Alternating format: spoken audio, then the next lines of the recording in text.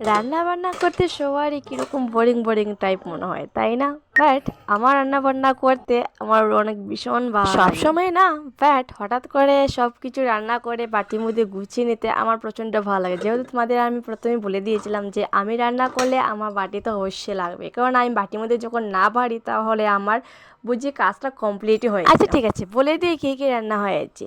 রান্না করা হয়েছে খাওয়ার জন্য সেটা বলছি।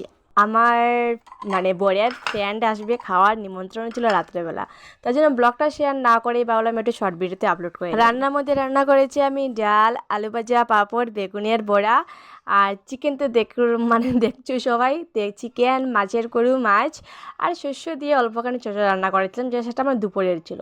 এইদিকে অলরেডি তৈয়ার হয়ে গেল চিকেনটা রান্না করছেন আমার শাশুড়ি মা, রান্না করছেন, আর আমি সব কিছু রান্না করেছি।